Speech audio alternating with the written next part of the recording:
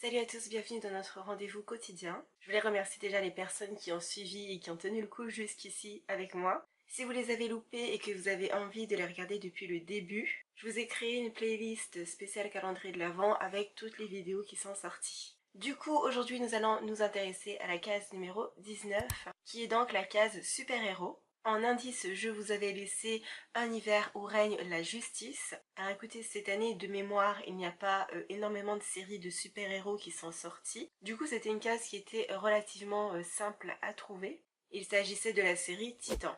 À la création, on retrouve l'un des créateurs de la série You, dont je vous ai déjà parlé dans ce calendrier, qui est Greg Berlanti. C'est un habitué des comics puisqu'il est derrière la série Flash ou encore This is Legends of Tomorrow. Il s'agit de l'adaptation des comics Teen Titans. Du coup, on est plutôt sur du fantastique, action et aventure. La saison 1 comporte 12 épisodes de 40 à 50 minutes. Elle est diffusée depuis le 12 octobre sur le site streaming DC Universe. Et pour les intéressés, elle sera bientôt disponible sur Netflix à partir du 11 janvier 2019. À l'heure où je vous parle, la série est toujours en cours de diffusion. Je me suis donc arrêtée à l'épisode 7 et du coup je vais pas pouvoir vous donner un avis global sur la saison vu que les derniers épisodes ne sont pas encore sortis. Titan, oui je le dis en français parce qu'en anglais je sais pas trop comment ça se prononce.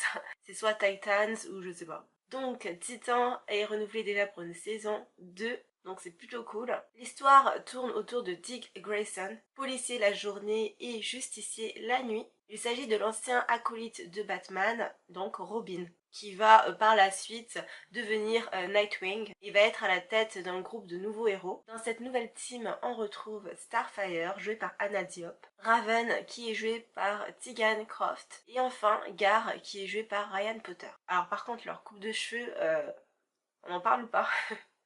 On dirait les Power Rangers.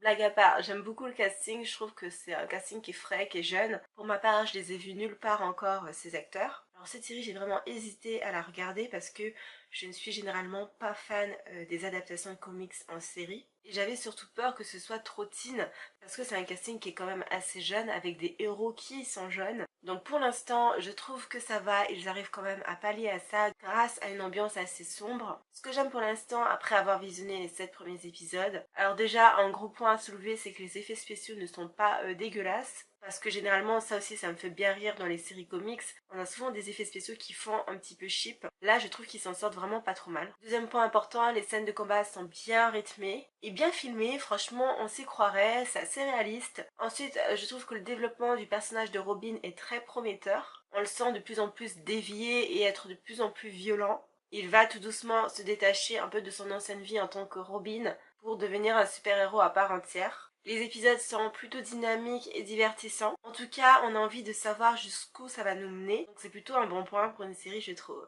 Ensuite, ce que j'aime le moins, ce sont les scènes avec Raven, qui est, je crois, l'une des héros les plus jeunes. Et je trouve que ces scènes font vachement teenage, juste par rapport au dialogue déjà. C'est un peu moins ma tasse de thé. Mais il faut bien consacrer du temps à chacun des personnages. Surtout qu'il semblerait que ce soit un personnage assez important dans le show. Donc, je prends sur moi. Est-ce que je recommande cette série? Oui. Titan m'a réconcilié avec les comics en série, donc je me dis que peut-être j'en essaierai d'autres. D'autant plus que c'est la première série de DC Universe que je regarde, et je ne suis pour l'instant pas déçue à voir ce que ça va donner à la fin de la saison. Alors écoutez les amis, c'est terminé pour aujourd'hui. J'espère que je vous aurai fait découvrir cette série si jamais vous étiez passé à côté. On se retrouve dès demain pour une nouvelle série. En attendant, je vous souhaite une bonne soirée et je vous fais des bisous. Bye. Perfect.